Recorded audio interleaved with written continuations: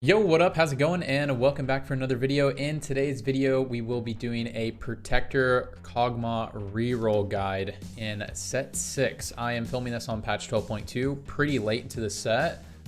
This is kind of an older build, but still late into the set, very strong build.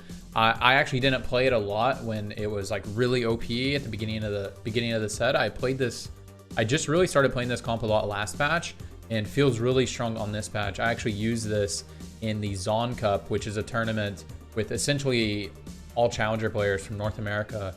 And I used this in the very first game. I got a first place using this comp. I do think this is a very easy comp to play, but also has a lot of nuance. So it has a lot of high-end stuff you can do about it. So this is a pretty in-depth guide. Let's get right into it. Okay, so first things first, let's talk about win conditions. We're gonna go through everything about this comp, each stage, everything. But first, let's talk about win conditions. So the win condition is we want to semi-stabilize on stage 3, which really just means we want to be one of the stronger players in the lobby. Make sure that we either beat everybody or we only lose to 1, 2 maximum players. Then win streak on stage 4 from your infinite 3-star units. So we do want to win on stage 4. This is a stage 4 comp. And so yeah, this is a strong top 4 comp. And it is firstable in high roll games. As I just said, in a full challenger lobby, in a tournament, I first placed with this comp because I actually high rolled the comp. So yeah, item start.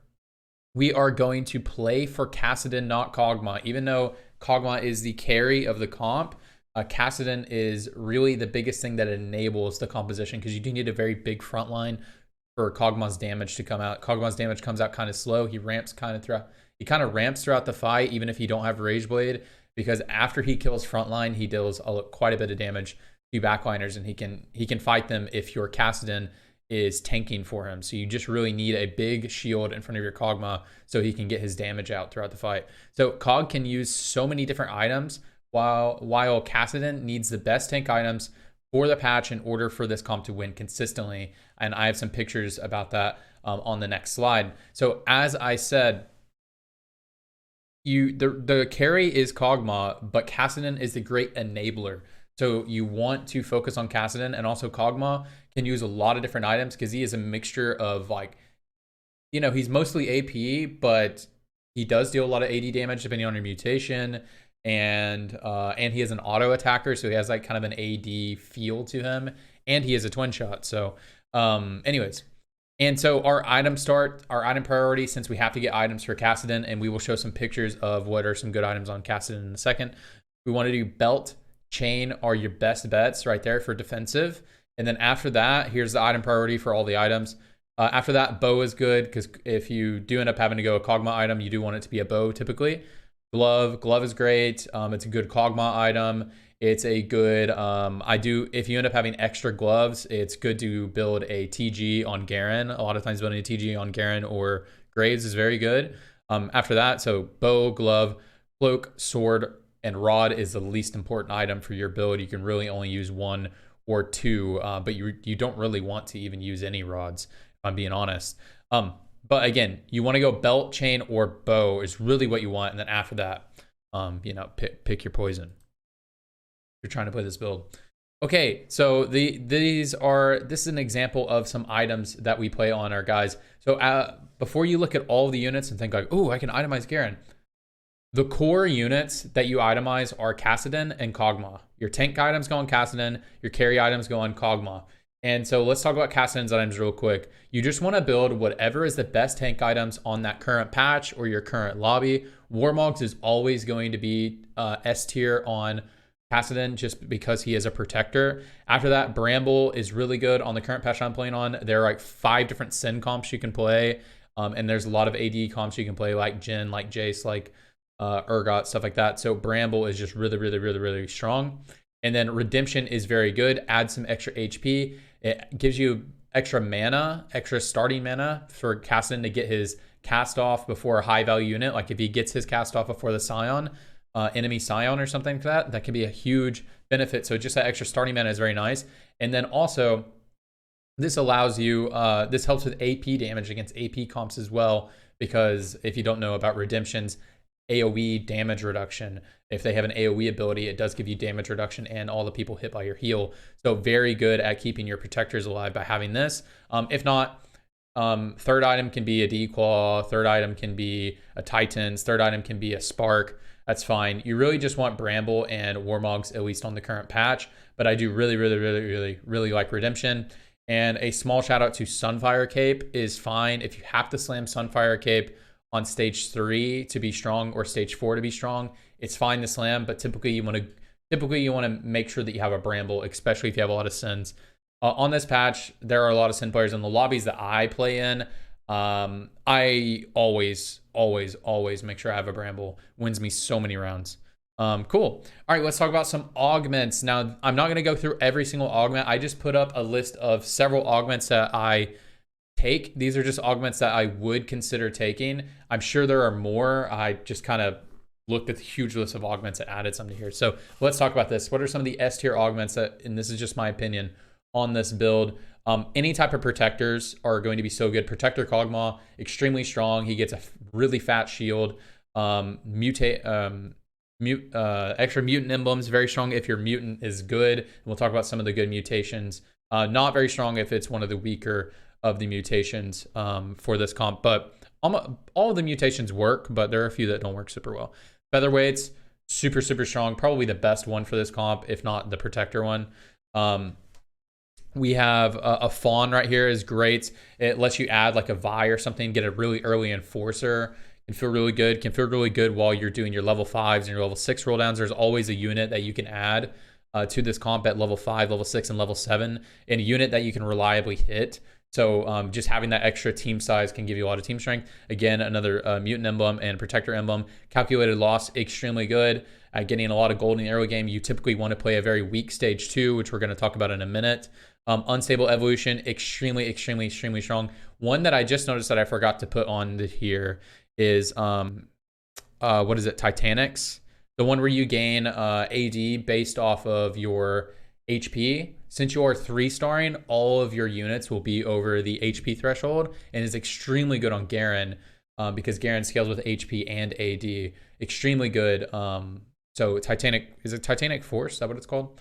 Yeah, I forgot to put that one on here. After that, here's some decent ones. The double Thieves Glove is pretty good because you can just put a Thieves Glove on your Garen and your Graves and call it a day. Makes your board pretty strong.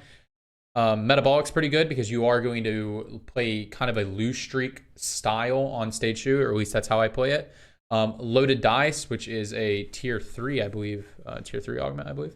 Loaded Dice is very strong. You can essentially instantly 3-star a Kassadin. It very much changes how you play the comp, and you would have to learn how you want to do that. But you can like I used this the other day to 3-star a Kassadin like in the second round of the game, and then I just didn't reroll for any of my other protectors, and I went fast 8, added some legendaries, and then went a pretty fast 9 after that, and just played legendaries, and I just used the Kassadin 3-star to get me to my legendary units. Cool. Just having an extra mutant enabled right here. It's not quite as good as having the actual emblems, but that is very strong. It helps you a lot in the early game. Underdog's extremely strong because you will be under-leveled most of the game because you will be rolling. Woodland Charm is really good. It's especially really good because if you don't have any belt items slammed, it'll, at 2-star or 3-star, if you don't have any items built, it'll always make a copy of Graves, as long as Graves is as upgraded as the other units. And having an extra Graves in the early game is extremely strong. So very strong. This can help you a lot in your stage 2, stage 3, and stage 4. Very strong. And since you are 3-star in your units, we'll make a copy of them. This is not super good late game, and that is because it'll usually copy Kassadin, and you really don't get a lot of value on having an extra 3-star Kassadin with no items, because Kassadin is a pretty item-dependent unit. So not very good late game, but if you take this as first or second augment, can help you be pretty strong. Celestial is, I like Celestial a lot, but the problem is if you get the Omnivamp mutation, I don't really like having double healing. It's not like they don't work together because you do get the overheal shield. But yeah, I mean, B tier is still good. These are all still good right here, by the way. Just the S tier ones are really good and the A tier ones are Enforcer Heart is very nice for making a stronger board for stage 3. Just because you are going to be playing Caitlyn makes it to where you don't ever have to worry about getting Enforcer later. I mean, you don't always have to have Enforcer, but it does help you be a lot stronger on stage 2, 3, and 4. Ascension's very strong because this is kind of a stall-esque build. Really helps your stage 4 quite a bit. Item grab bag, both versions of them are pretty strong because you can use AP items, AD items, tank items. Because if you get AD items, you can just put them on Garen. I mean, you are going to 3-star Garen. It's not like Garen's bad with items. It's just, yeah, it's not like Garen's bad with items. It's just you'd rather put items on Kog'Maw or Kassadin. Cool.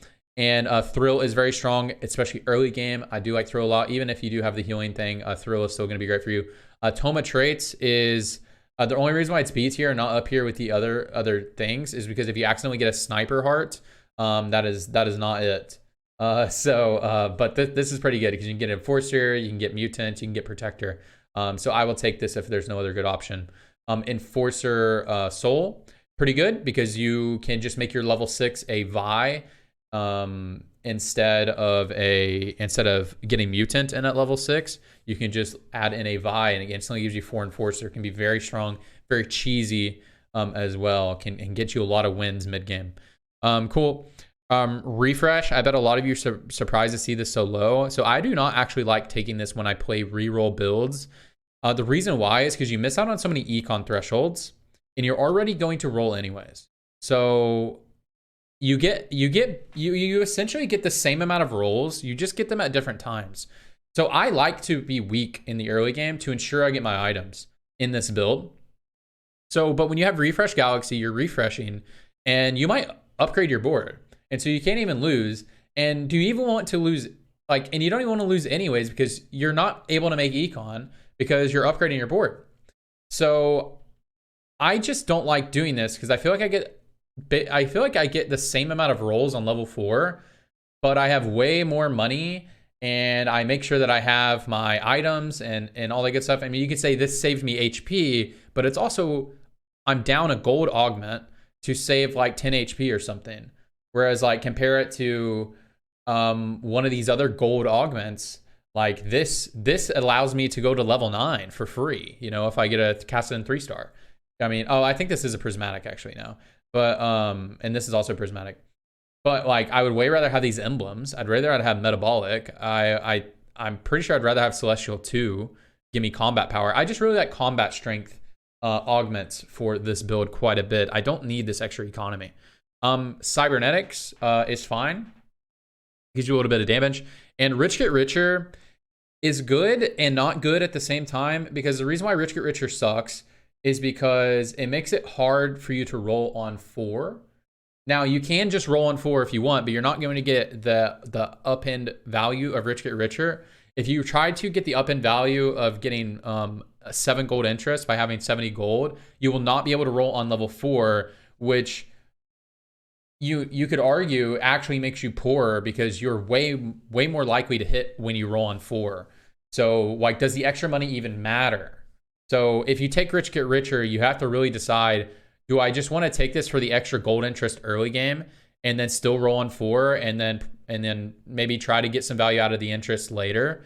Or do you try to get value on maximum interest going into stage 3? You just spike a little bit later, but you're not allowed to roll on 4. So I don't know. I think Rich Get Richer is hard to play around in this build, but sometimes I do take it if there's not a good option. And then Pandora's is one that I take sometimes, but I really don't like taking this one. And I put this on here because I bet a lot of, you know, Pandora's overall is one of the best augments in the game, but it's really bad in this build because we already are going to be weak in the early game. So we're already going to guarantee our Kassadin items.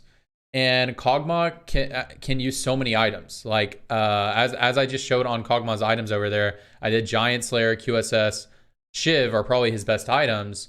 But I would rather. I mean, it's fine if I have Rageblade or Deathcap or whatever, or Gunblade. Like those are all fine. You just give him the leftover garbage items. You know, it's fine. Cool. Anyways, mutations. Now I'm not going to spend a whole lot of time talking about mutations. You know, you don't really think about it that much. Mutations doesn't really matter all that much, but some are better than others, and they can change what like itemization you really look for sometimes, and I'll talk about it a little bit. But and I don't know the names of the mutations, if I'm being honest, because if you're an old player like me, you use the names for all the old synergies like Blade Master, Elderwood, Predators, Darkstar. So I apologize if you don't understand what I'm talking about, but Blade Master is the double hit one where you have a chance to double attack. That one's really strong. Elderwood is really strong. That's the one where your units grow and they gain resists. That one's very, very good since they buffed it. Predator is extremely strong. That's where you execute when they're below 20% health, or you can get 40% true damage at 5. So this one is very good, especially if you have Shiv. Shiv does actually proc the Predator, so it will actually kill. So Shiv is very good, and Shiv is good in the build because most of your damage is magic damage.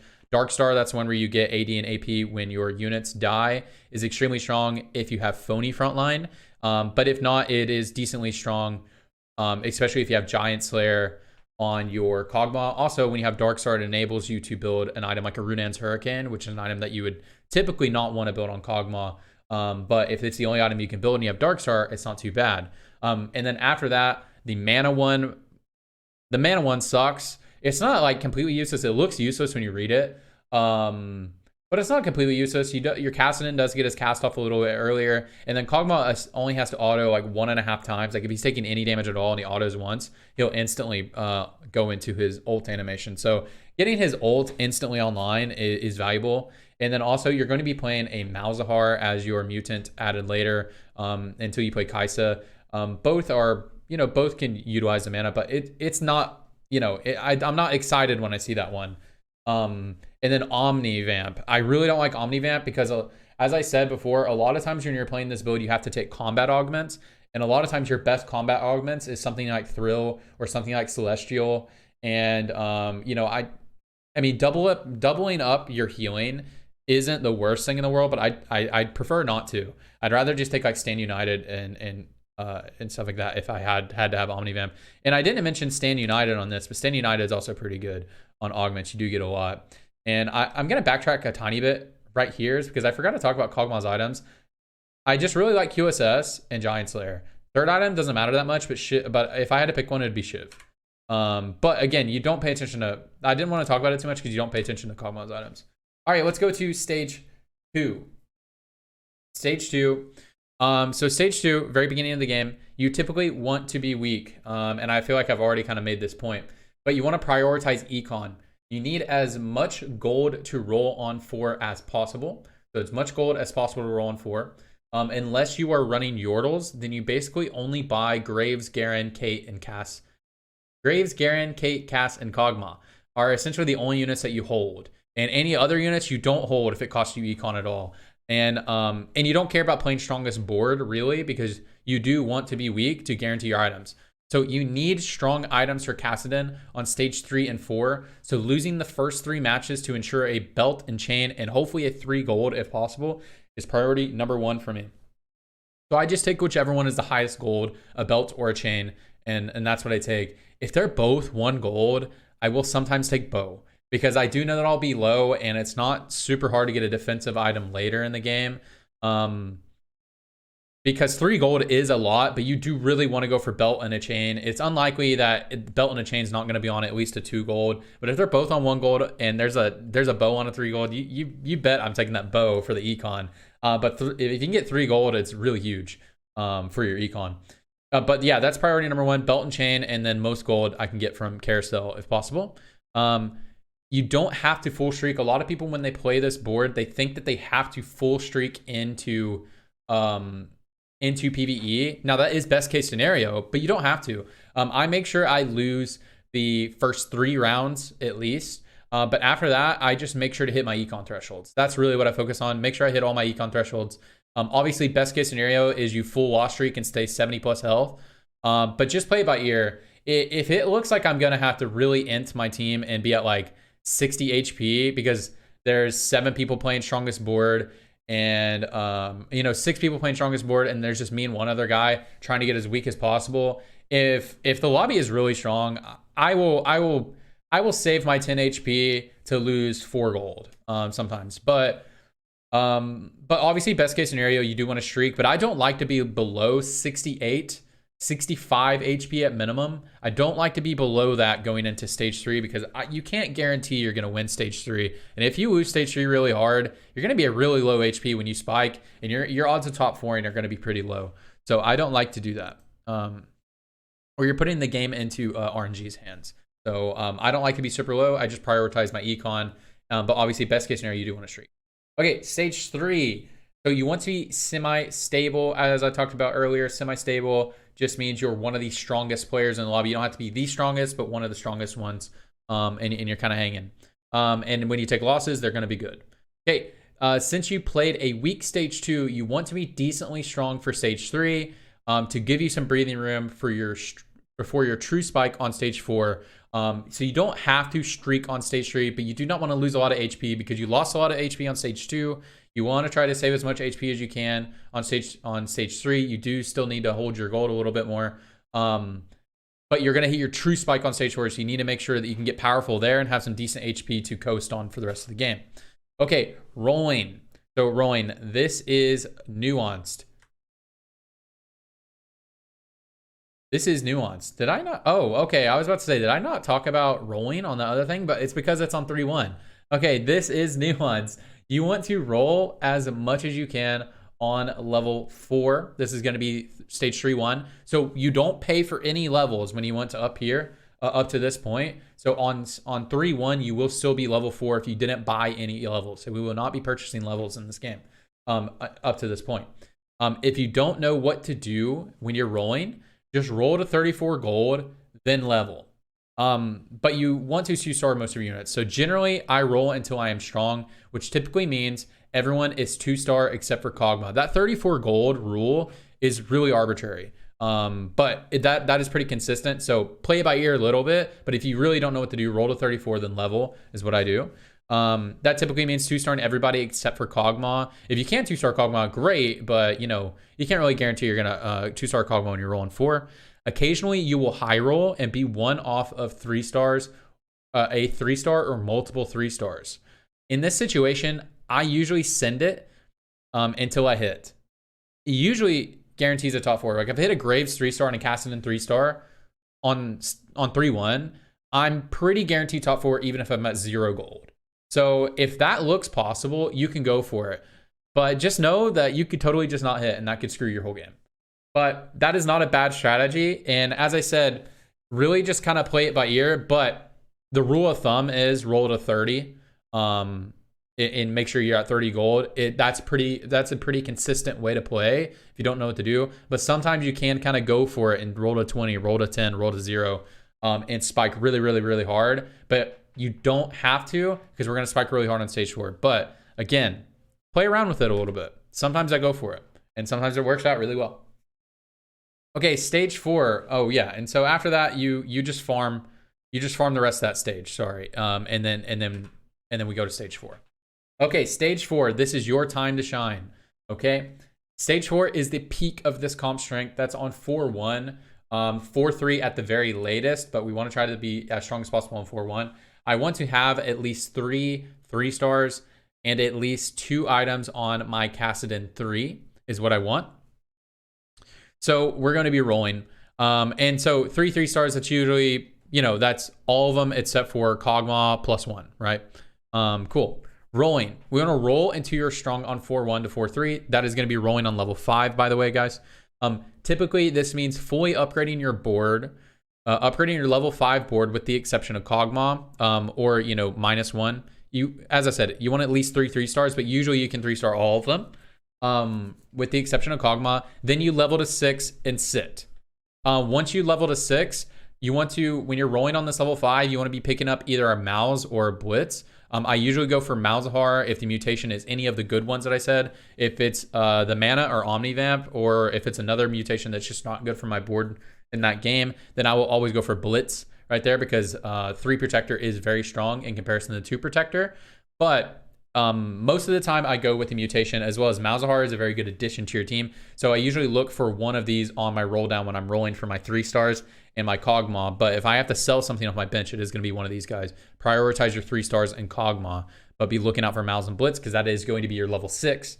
And whichever one isn't your level 6, The other one is going to be your level 7. So after you level, start picking up the other one. So if you already have a Malzahar, then start looking for Blitz for your level 7. And you do want to 2-star these units when they go on your board. So Malzahar 2 can be a very good addition to your team. Yeah, very good addition to your damage a lot. And then Blitz helps a lot with your tankiness. Cool. So yeah, that is what we're going to be doing right there. Okay, and that is when we're going to be strong. Sometimes you can't hit Cog 3-star on that last stage, by the way. On stage 4, sometimes you can hit, but you don't have to have Cog 3-star here at this time. All right, stage 5, you have to be capped. So we're going into stage 5. We are level 6 going into stage 5 because let's say we haven't hit our Kog'Maw. That's usually the situation you're in. It is unlikely we will ever be stronger in comparison to the lobby than we were in stage 4. Stage 4 is when we peak in our strength. We have tons of 3-stars. Other players are trying to transition their board while we have a 3-star Garen, a 3-star Kassadin. We have a 2-star Kog'Maw. You know, we have the crazy synergies, really strong. But now when we get to stage 5, people will start having legendaries in their board. They're going to start having 2-star Jins, 2-star Yones. So we will be getting outscaled. So that's why we want to make sure we're strong on stage 4.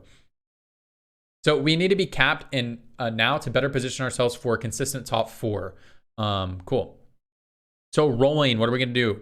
We are going to full send. We're going to be level 6 for a Kog'Maw 3. We want to have we really want to have our Kog'Maw 3 at the beginning of stage 5. And if everything else went fine in the game, you can usually hit it. But Kog'Maw 3 is the most important thing. After that, a Malzahar 2-star can be very big. And then we want to at least have a Blitz 1 on our bench ready to go. Then after we hit our Kog'Maw 3 and hopefully our Malzahar 2, but as long as we hit our Cog 3, that's fine. Then we level adding Malz or Blitz, depending on which one we didn't add earlier. And I will talk about some potential outs for not hitting a Cog 3 on a later slide. After that, we are going to push to level 7, obviously add our other unit. And then when we eventually get to level 8, we will add either Jace, Braum, or 5 Mutant if we have a Mutant emblem. And if the mutation is really good. If it's one of those good ones that we did. Yeah, very, very, very strong. Okay, let's talk about some potential outs. And I think this is the final slide. This is the final slide. So potential outs. If you are very contested. Now, this comp can actually support multiple players, but it can get a little spooky when rolling for a Kog'Maw when contested. But so yeah, so let's say you're very contested. Check if you're contested before stage 4 roll down. So even if you're contested and you rolled earlier to get 2-stars out on the beginning of stage 3, that's not the end of the world because you made a strong stage 3 board and as long as you didn't roll to 0, you can still pivot out of this board and still have a lot of momentum that you can use. So that's why we want to make sure we want to decide fully if we're going for this board on stage 4. It's not too late after stage 3, but it is too late after stage 4. If you need to pivot, then don't send it for 3-stars. Instead, just to make sure your team is 2-starred for stage 3 and stage 4. After that, we will push levels and we will look for a transition out of protectors and transition them into bodyguards or bruiser chemtechs, and also transition our twin shots. So we're going to transition our backline into either sniper Jin, Urgot Jinx, or into challengers. The reason why we're probably going to be playing an AD focus comp is because the items we built for Kog'Maw are most likely going to be bow centric items. If we took any bows earlier in the game, which we may have, you know, if that's what we needed to take, then we will have closer to AD items. But again, if you have AP items, your backline can be pretty much anything. So you can just make your backline AP. But these are some of the easiest transition, like Bruiser Chemtechs plus Urgot Jinx, or Bodyguards plus Challengers, or Jin, MF, Ori, that sort of thing. So we're going to have to transition to a standard late game comp. If you have to do that, so that is one of your outs. If you're very contested, it's not too late going into stage 4, but after stage 4, it is definitely too late if you want to roll. Okay, Kog'Maw 3 is just not happening. So let's say you do get to stage 4. You have like a 3-star Kassadin, stuff like that. You have your whole frontline 3-starred, everything, but you only have a Kog'Maw pair, and you're about to do your roll down for a Kog'Maw 3. It's probably not going to happen. So we're just going to roll for a Kog'Maw 2-star. Just make sure you have a Kog'Maw 2-star. So if it just doesn't look like it's worth the roll for Cog 3, like you have your whole thing upgraded, you have a bunch of gold, you don't have many cogs, or you do roll a bit and it's just not happening, like I just said, then the game plan should be to get to level 8, or if you can somehow fast 9, but it's unlikely you can. So we're going to try to get to level 8, send it to transition to a Kaisa or a Jinx carry with the same board. If your board is 3-starred, then we're going to use our 3-stars, and you can essentially just use Kaisa as the backliner. And instead of adding a Jace, you would add a Fiora at level 8, right? And now you're going to carry Kai'Sa with Kog'Maw's items, right? Very strong. Or you can do Jinx. And so you just stop playing around Mutant and you just play around Protectors. So you might end up playing like a Scion or something like that. And you just play around your 2 Twin Shot, play Jinx as your carry, which is really good units. You don't have to play around Mutant anymore because you're not going to be playing Kog'Maw anymore. So you just want to transition to either a Kai'Sa or a Jinx carry. If you don't want to do those things, you can also just totally play Kog'Maw 2. Now, it's not going to be nearly as good as Kog'Maw 3, but if you just want to try to play for top 4, don't try to do this big brain transition or anything like that, then just get a Kog 2 and just push levels and upgrade your board. Like, get that Jace in there, get that Braum in there, get Braum 2-starred. Screw it, make it to 9 and add a Scion or something. Add a Yuumi. So just add really strong units into your comp and try to use the ones that I said earlier, like Jace, like Braum. Those are going to be the easiest ones to fit in. But if you can get to level 9, you can fit in a Scion. You can fit in a Yuumi, super strong. So just be looking out for stuff like that. Yeah, guys, that's pretty much going to be it. I do want to go back and just real quick, I'll just look at this a little bit because this is just going to be some bonus content at the end because I didn't talk about these items because as I said, I was like, only Kassadin and Kog'Maw is all you care about. But if you end up itemizing Garen, like if you get extra AD items, then his best items are probably BT, IE, Warmogs, very strong. You could argue maybe Last Whisper is going to be better than IE, but I do like these. Caitlyn, QSS, Rageblade, which essentially acts like a Spear of Sojin, but very strong. And a Giant Slayer, those are pretty much her best items. Graves, you don't ever put items on him. And then Kog'Maw, you just put tank items on this guy. And then Kog'Maw is always QSS. QSS +2, but it's really QSS Giant Slayer +1. But I do really like Static Shiv. You do have a lot of magic damage in your build. Helps a lot with your damage profile. Helps a lot with your shred and all that good stuff. Anyways, guys, that is going to be it for the video. I appreciate all of you guys who came out today. If you guys want more of me, you can follow me at twitter.com/TrajanTFT. You can follow me at twitch.tv/TrajanTFT. I will be streaming a lot during PBE, and hopefully my ISP won't be giving me that hard of a time like it did the other day when we were trying to stream the Zon Cup. Wow, that was terrible. Anyways, yeah, hey guys, if you liked the video, please like the video. It helps me out with engagement quite a bit on YouTube. They really put a lot of emphasis on engagement nowadays. And keep the comments coming like you always do. And I love reading all the positive comments and replying to you guys and all that good stuff. So if you do want to leave something nice there, or if you have a question, you can leave it in the comment section below. I read all of them, or pretty much all of them. So anyways, appreciate you guys. Hope you have a good night, good day, and wherever you are, I just hope you're doing well. See you guys. Bye.